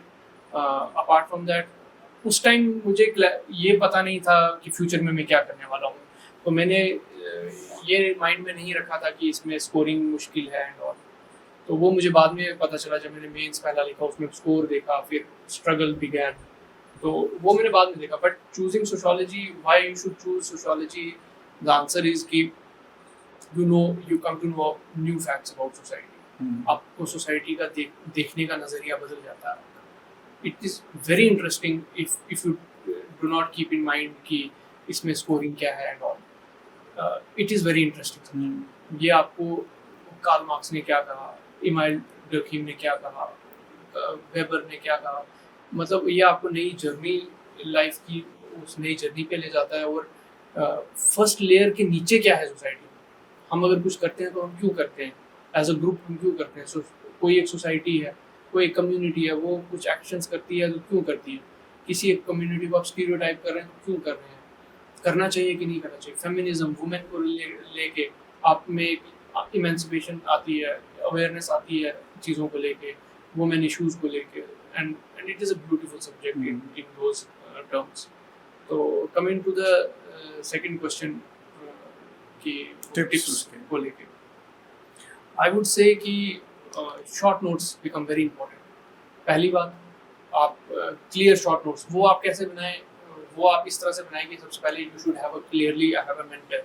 Mentor helps in many ways, क्योंकि सोशियोलॉजी का क्वेश्चन जो होता है वही वो सेम आता है, ऐसा लगता है आपको जीएस का question and you think it's easy, but उसकी language is very different from what a GS answer is. तो if sociology is not reflected in your answer, scoring becomes very different. It is a very different, typical form of a subject where you cannot just write normal GS type answer. You will be knowing right answer, but the language should be sociology. GS type नहीं होनी चाहिए. GS type मतलब आप simple कुछ causes लिख रहे हैं, why is sex ratio falling. You should write sociological understanding of it. You should reflect, your answer should reflect the depth of sociology. कि क्यों, क्या स्टीरियोटाइप्स हैं, क्या रीजंस हैं, जो हिंदी बेल्ट में है वहाँ पे क्या प्रॉब्लम्स हैं, जो डिमारू एक कंसेप्ट है वो आपको रिफ्लेक्ट करना है. नॉट कि आप सिंपली सूखा आंसर लिख रहे हैं जैसे नॉर्मल जीएस में हम आंसर लिखते हैं. तो ये चीज़ें मैटर करती हैं. उसके लिए the topper copies become the best source. जो टॉपर आंसर कॉपीज हैं, those become the best source for you. आपको समझ आएगी कि you should not always blindly stick to writing only in the point form. अभी हम बोलते हैं कि point form में आंसर लिखो सिर्फ, बट वहाँ पे आपको दिखेगा कि पैराग्राफ वाइज भी बच्चों ने लिखा है और उनके बहुत अच्छे मार्क्स आए. वहाँ पे पॉइंट्स में भी लिखा है, बहुत अच्छे हैं. किसी ने पॉइंट्स में लिखा है बट नहीं है मार्क्स. तो चीज़ें वेरी करती हैं based on what you right, the quality you right. और उसमें मुझे लगता है टॉपर कॉपीज बहुत हेल्पफुल होती हैं. And apart from that basic जो सोर्सेज हैं, जो हर जगह हैं, कुछ बुक्स हैं उसकी, नॉट गोइंग, फिर I did not go with volumes and all heavy ones. मैंने शॉर्ट रखा था अपने सोर्स. एंड एक फाउंडेशन कोर्स तो मैंने नहीं किया था, मैंने खुद से किया था सोशियोलॉजी, लेकिन ये मैंने छोटा क्रैश कोर्स और गाइडेंस मैंने कुछ इंस्टीट्यूट से ली थी, and those were very helpful. तो हम तो चाहेंगे कि आप, क्योंकि आपने बात की है टॉपर्स कॉपी की, कि हम आपसे रिक्वेस्ट करें कि सपोज अगर हमें कोई देख रहा है, किसी बच्चे को सोशियोलॉजी एज ऑप्शनल चूज़ कर रहा है, तो ताकि हम उनसे, या हम फिर आपका टेलीग्राम या सोशल मीडिया आपका शेयर करेंगे, तो हम आपसे रिक्वेस्ट करते हैं कि आप ज़रूर अपनी कॉपी अगर आपके पास कोई होगी वो शेयर करें, स्पेशली ऑप्शनल को लेके, क्योंकि बहुत क्रिटिकल हो जाता है, मेक और ब्रेक का सिचुएशन बन जाता है ऑप्शनल से. साथ ही में मैंने एक किसी सिविल सर्वेंट को बोलते, किसी लेक्चर में बोलते सुना है कि उन्होंने बोला कि आप कुछ एग्जाम्पल्स जैसे हैं, आप कुछ एग्जाम्पल्स ऐसे यूज़ कर सकते हो, हर पेपर में कर सकते हो. कोई भी एग्जांपल आप ले लो, अगर आपको लगता है कि ये जीएस 1 में कहीं पर फिट होती है, लिख सकते हो।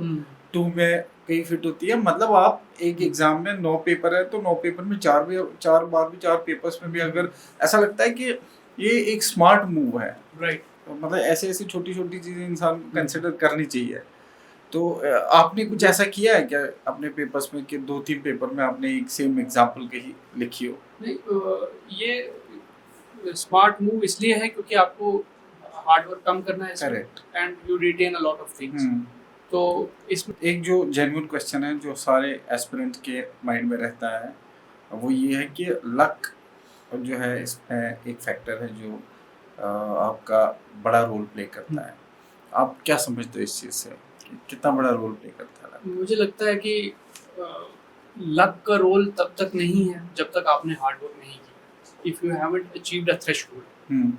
एक थ्रेशोल्ड है सिविल सर्विसेज या किसी भी एग्जाम में, वो थ्रेशोल्ड जब आप ब्रीच करते हैं उसके बाद लक का रोल आता है। अगर कोई एस्पिरेंट को आप देख रहे हैं वो पढ़ ही नहीं रहा हाँ, ऑफ और कोर्स कह रहा है इस मेरा लक ऐसा था कि मैं नहीं पढ़ पाया, हाँ। दैट इज अननेसेसरी हाँ। आर्गुमेंट और काम की बात नहीं। When you breach that threshold, आपने सभी बुक्स पढ़ी हैं। I quote an example from my life. हुँ।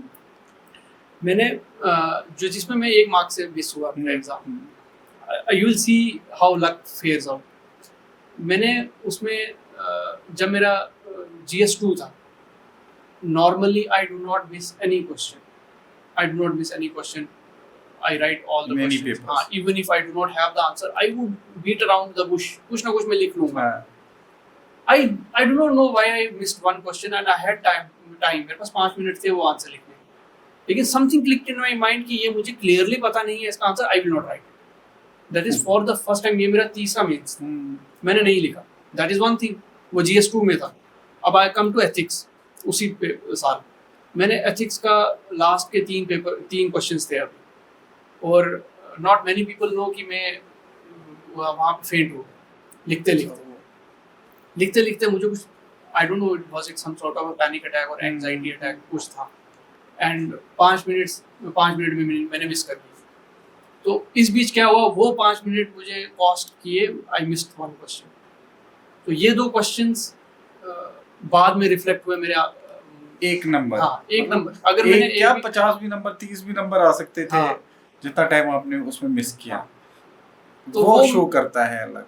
ये लक मेरे अगेंस्ट गया जो मैं एथिक्स के पेपर में जो हुआ मेरे साथ। चलो ये क्वेश्चन मिस किया, that doesn't matter, but ethics में जो 5 मिनट मैंने मिस किए, 5 मिनट में आई वुड राइट 1.5 आंसर। तो luck plays an important role after you reach a threshold.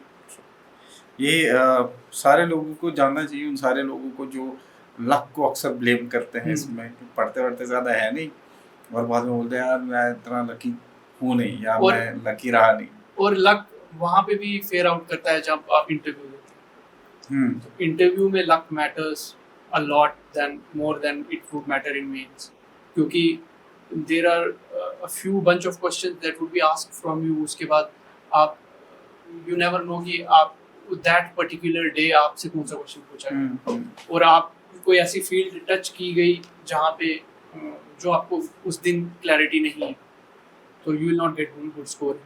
पर लेकिन वो थ्रेशोल्ड आप क्रॉस कर चुके होते हो, इंटरव्यू में तभी जाते हो आप, तो ऑफ कोर्स जैसे आपने एक्सप्लेन किया तो उस टाइम फिर लक एक बड़ा इम्पोर्टेंट रोल प्ले करता है।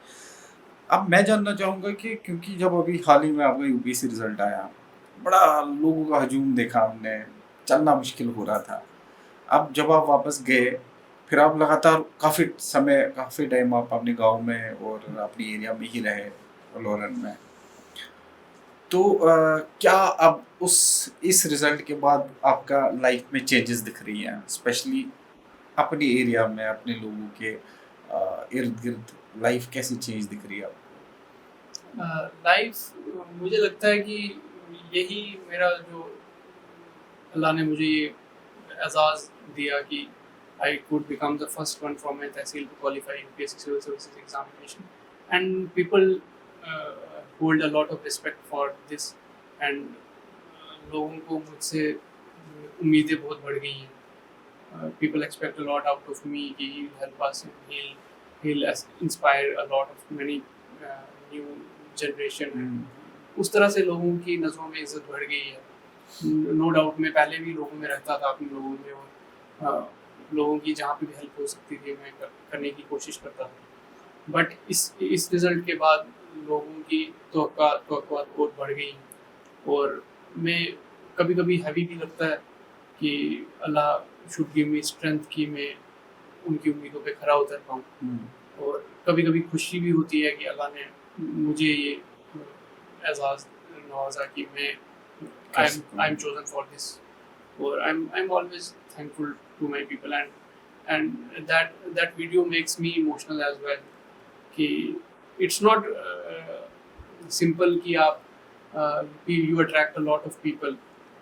आप बाहर जाते हैं तो लोग अगर आपको मिलने के लिए आ रहे हैं इस तादाद में, तो आपको ये समझना चाहिए कि ये अल्लाह की तरफ से है, और विद ह्यूमिलिटी आप इस फील्ड को फिर अच्छे से और काम करने की कोशिश करते हैं। आज भी मेरा 30-40% ऑफ द डे मेरा इसी में निकल जाता है। किसी की कॉल आती है, तहसीलदार साहब के पास काम है, एक्सीएन साहब के पास काम है, वो काम नहीं हुआ, ये काम नहीं हुआ, तो I help in coordinating and I help in solving issues, और and I feel good about it at the end of the day. खुदा ने, मुझे लगता है कि रिस्पॉन्सिबिलिटी जो है, रिस्पॉन्सिबल इंसान को रिस्पॉन्सिबिलिटी देता है। तो मेरा ख्याल है वही एक मेजर रीज़न है कि आपको ये रिस्पॉन्सिबिलिटी दी गई है, ताकि आप लोगों की खिदमत, उनको हेल्प कर सकें। बट मैं आखिर में, क्योंकि बहुत ज़्यादा वक्त लिया आपका, एक छोटा सा सेगमेंट है, जिस सेगमेंट इन द सेंस कि छोटे से कुछ क्वेश्चंस हम पूछेंगे रैपिड फायर टाइप, और क्विकली हम क्वेश्चन पूछेंगे, क्विकली आपको बहुत ज़्यादा बिना सोचे आपको उसका जवाब देना होगा। इस रैपिड फायर राउंड में सबसे पहला क्वेश्चन मैं आपको बिना ज़्यादा कुछ आपको ध्यान दे हुए, ज़्यादा टाइम लिए आपको जवाब देना है। One word you choose friends use to describe you. आपके दोस्त जो है आपको डिस्क्राइब करने के लिए क्या वर्ड चूज करेंगे? I would say stubborn. आप स्टबर्न हैं and serious about Okay. things. दो गेम आपने स्पोर्ट्स खेले हैं, बैडमिंटन एंड क्रिकेट, दोनों में एक चूज करना पड़े तो? Cricket, blind. Great. Sachin Tendulkar और Virat Kohli? I think they are greats of their own times. Sachin Tendulkar was great of his time, and Virat Kohli agrees that Sachin Tendulkar is. But एक choose करना है आपको। I think I would follow my generation and I would choose Virat Kohli. I'll do that too. Favorite place in Punch? My village, लोरन। और हम तो सारे लोग को बोलते हैं कि मैंने खूबसूरती सुनी है और मैं ज़रूर वहाँ जाना चाहूँगा। आपका कोई ऐसा स्पोर्ट आपके मतलब कोई ऐसा स्पॉट आपके गांव में जहाँ बार बार आप इम्पोर्टेंटली सिलेक्शन के बाद वो बार बार विजिट करते, कोई ऐसा स्पॉट है उस जगह पे? अभी हाल ही में मैंने विजिट किया था, लेकिन there is a waterfall in our village, in nearby village पास, लोरन में फॉल करता ब्लॉक वाटरफॉल है वहाँ? हाँ, Nandishool it's name. Okay. Poonch की कोई ऐसी चीज़ जो पूरे इंडिया में, अगर हम पूरे इंडिया में कोई भी देख रहा हो, पुंछ की कोई ऐसी एक्सपीरियंस है चीज़ जो लोगों को एक्सपीरियंस करनी चाहिए पुंछ में? Apart from all the things जो भी वहाँ पे अवेलेबल है, मुझे लगता है वहाँ की communal harmony is something that is to be learn from. वहाँ पे हमारी सिविल सोसाइटी बहुत बहुत ब्यूटीफुली काम करती है, आपस में मिलजुल के रहना इज समथिंग वेरी ब्यूटीफुल। एक चीज़ जो आपके क्लोज फ्रेंड्स आपके बारे में जानते हैं, हम सब नहीं जानते हैं, कोई एक चीज़? I don't think there is anything special about it. मुझे लगता है कि आपके फ्रेंड भी साथी है, आई एम श्योर कोई तो ऐसी चीज़ है कि जो आप शेयर नहीं करना चाहते। I would say there are a lot of things and I would not want to share it. By the way, मैं जिन अजहर की बात इन्होंने की है बीच में, कॉन्वर्सेशन के बीच में, वो हमारे साथ ही है, और हर इंसान के लाइफ में एक अजहर ऐसा फ्रेंड होना चाहिए। तो इसी वजह से बिहाइंड द कर्टन हम इसलिए शायद हंस रहे हैं, कोई ना कोई ऐसी चीज जरूर होगी। ठीक है, कोई एक ऐसी चीज जो आपको इंस्टेंटली गुस्सा दिलाती हो? मुझे गुस्सा what what what makes me angry is अगर किसी के पास potential and is not making use of it, that makes me sad, that makes me sad by a lot margin. और जो लोग जस्टिफाई नहीं करते अपने पोटेंशियल को, दैट मेक्स मी एंग्री। क्योंकि जो सिविल सर्विसेज, स्टेट सर्विसेज की जर्नी आपकी या फिर बाद में सर्विसेज की जर्नी स्ट्रेसफुल रहती है, नॉर्मली है। एक दिन आपको स्ट्रेस फ्री दिन मिले, कैसे गुजारना चाहोगे उसको एकदम स्ट्रेस फ्री? Stress free दिन I would spend with my mother and I would help her in whatever she is doing and talk to her. That's it. वो आपका कंफर्ट जोन है। Yes. कोई एक ऐसी चीज जो प्रिपरेशन के टाइम आप करते थे और अब लगता है यार ये क्यों करता था मैं? Preparation कोई हैबिट हो या कोई ऐसी चीज करते हो आप जो आप फनी लगे, ये क्यों करता था मैं? I'll have to think on it. Okay. One thing people misunderstood about UPSC toppers. About PSC toppers, कि it's something unachievable or to do it is very difficult task and obviously it is difficult but unachievable और वो कुछ अलग करते हैं, वो एक misunderstood है, एक misnomer है। वो कुछ अलग करते हैं, करते वो यही चीजें होती हैं। करते वही। One thing aspirants waste too much time on. Aspirants waste too much time on thinking कि अगर ये नहीं हुआ तो फिर क्या करूँगा, अगर वो नहीं हुआ तो फिर क्या करूँगा, and fearing future के बारे में डरना। ओवरथिंक नहीं करना चाहिए। ओवरथिंक नहीं, और आज करना है उनको वो ना करके फ्यूचर का सोचना। आज उनका दायित्व जिम्मेदारी बनती है कि वो आज अपना रूटीन पूरा करें। नोट मेकिंग या direct revisions? Note making any day. I would make notes. One advice your father gave you that stayed back with you forever. Now it is with you. He said you will achieve your target, but the thing that matters is कि you should become a good human being. And that is something मतलब long term के लिए वो मेरे साथ stick किया and for the good, और I would want to continue it। and वो चीज़ कि आप अच्छे इंसान बने, मटीरियलिस्ट, ये भी एक मटीरियलिस्टिक वर्ल्ड ही है। अगर आप कोई जॉब क्वालिफाई करते हैं, ये चीज़ें आप आज नहीं तो कल अचीव कर लेते हैं। यू आपके पास सोर्सेज हैं टू अर्न इनकम, तो बट आप किस तरह से उसको यूज़ करते हैं, किस तरह से अर्न करते हैं, क्या आप अच्छे इंसान हैं कि नहीं, वो चीज़ मैटर करती है। One advice to your younger, even though you are younger, still younger. One advice to your younger self.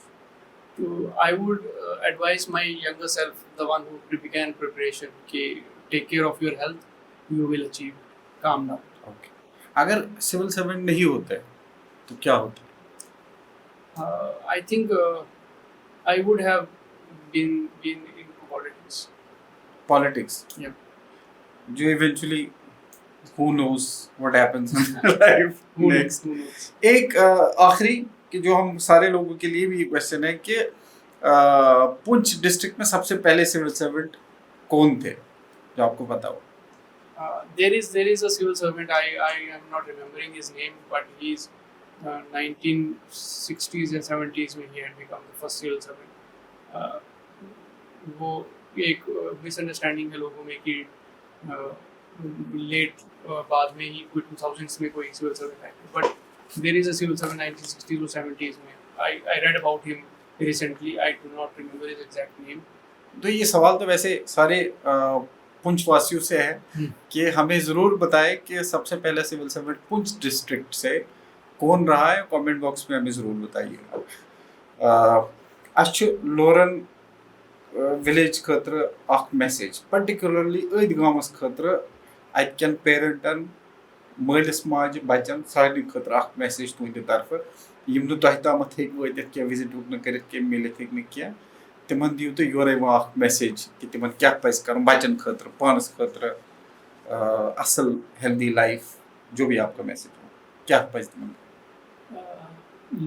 लोरन वासिन खातिर म्यून यही पैगाम कि पन बचन थो ख्याल तिमन दिव अच्छी असल तालीम अतकन मे सेहत रोज हर कह कॉन्टेक्ट्स मज रोज मे लोहन पन सही एंड बहुत आज गाइड करान सानी ताकि गांव के पानी गांव के बिल्कुल बिल्कुल मे से टच मज यंगस्टर्स ठीक अदरवाइज ती यह पैगाम दिवान साइन कि तुम पन बचन दिव असल तालीम be proud about your children तम अलावा कह प्रॉब्लम फेस करा इंशाल्लाह बसू हर वक्त तो खातिर हाजिर इंशाल्लाह future will be bright and we will together achieve great इसलिए लोहरन के जितने भी यंग एस्पिरेंट्स होंगे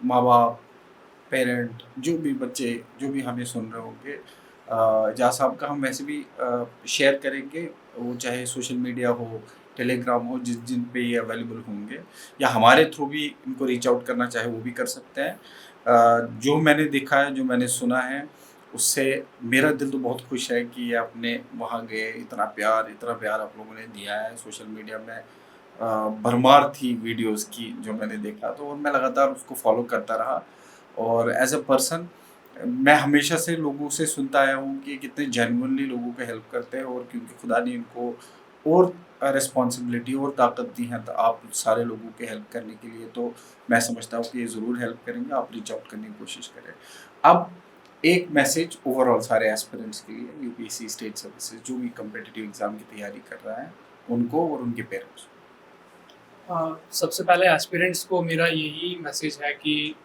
you will eventually achieve it and you will do good in your life. Do not worry about future. Give your best now. Now is the time you should stick to your routine. You should stick to a schedule. आप morning में क्या कर रहे हैं आप evening में क्या कर रहे हैं that matters and be clear with your goals. Whatever you want to do, you want to be a lecturer, you want to be a teacher, you want to be but if you want to be a civil servant and you want to crack UPSC civil services examination, you will have to be very consistent and be clear and try the younger ones I would tell them कि आप graduation में ही अपना mind बना लें NCERTs and all उनको आपको sources पता है आप उनको read कर लें and जहाँ पे भी आपको mentor की ज़रूरत है please reach out to people whoever can reach out to me I would gladly help them और अपने इंस्पिरेशन सोर्स ऑफ इंस्पिरेशन को क्लियर बना के रखें कौन आपका इंस्पिरेशन है he should be the right person आप कोई गलत आदमी ऐसा ना हो कि जिससे आप इंस्पायर हो रहे हैं तो उसने भी अपनी ज़िंदगी में कुछ नहीं किया और आप भी कुछ नहीं कर रहे हैं and that is important and इसके अलावा आप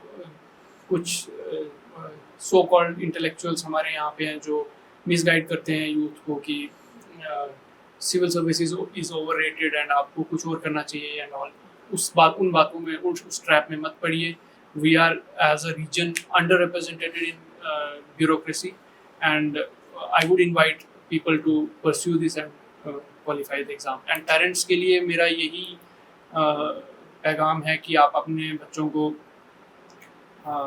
बिल्कुल सपोर्ट करें हर वक्त और मैंने मैक्सिमम पेरेंट्स तो हमेशा सपोर्ट करते हैं with right intentions but very unfortunately मैंने कुछ एग्जांपल्स ऐसे भी देखी हैं जहाँ पे पेरेंट्स टॉन्ट करते हैं अपने बच्चे को पूछते रहते हैं क्यों नहीं हुआ आपने टाइम वेस्ट किया आपने पैसा वेस्ट किया this hurts the aspirants and you know nobody wants to be unemployed for a longer period of time मतलब an aspirant would not want to be unemployed तो मैं यही पैगाम देता हूँ पेरेंट्स को कि be soft and supportive towards your children and let them achieve whatever they want फिलहाल थैंक यू सो मच आपने इतना सारा वक्त दिया है हमें और इतनी कीमती वक्त में आप आए हैं हमें टाइम दिया है थैंक यू सो मच आप सारे लोगों की जिम्मेदारी है कि इसको ज़्यादा से ज़्यादा लोगों तक पहुँचाए और ज़्यादा से ज़्यादा प्यार दें और इसी तरह बने रहे हमारे रिसेंटली 1 लाख फॉलोवर भी कंप्लीट हो चुके हैं subscribers thank you so much और 1 मिलियन की रेस है अब उसी में लगे हैं उम्मीद है वो जल्दी अचीव हाँ इंशाल्लाह thank you so much for coming thank you